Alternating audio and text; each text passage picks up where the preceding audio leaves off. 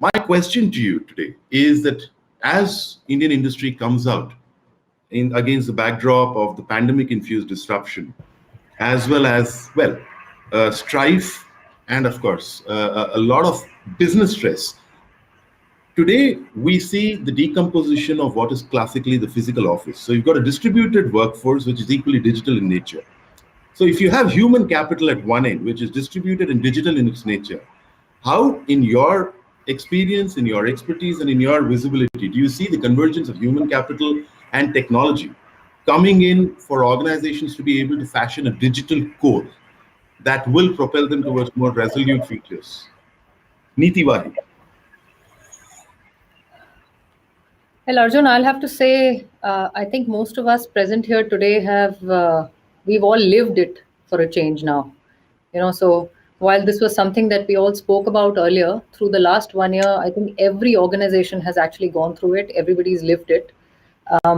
And not just IT, but also the businesses, the human capital side of it is today much more open and accepting towards this concept, really. And I think technology has really played a very, very important role here in driving this change. If I will just take, the business that I work for as an example, has always been a remote business. So the core of our business in the energy sector and what we build is in remote areas. We build this entire energy infrastructure with a significant amount of our workforce already distributed in that manner. What was accepted as only for some of those teams to be based out of fields, etc., changed completely with COVID, with the onset of the COVID. Now, I think through the last 1 year, to be honest, across at least this business, the amount of hiring that has happened, irrespective of location, is just speaks of the acceptance of this fact today.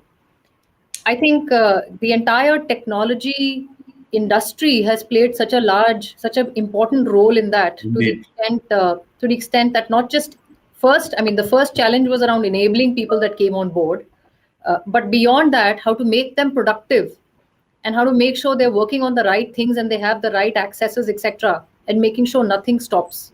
So the resilience angle, the fact that BCPs really have to be, while they were thought through as something that could happen earlier, have become a reality and the way we work today. So I think all of that has completely changed, and leveraging cloud and the infrastructure around cloud, collaboration, building the security footprint around it. These are some of the areas that have been areas of focus really for technology teams and even businesses. I wouldn't just say technology teams. I think business folks have been far more open towards adoption of these areas really, and come on board along with technology leaders to help roll these things out across.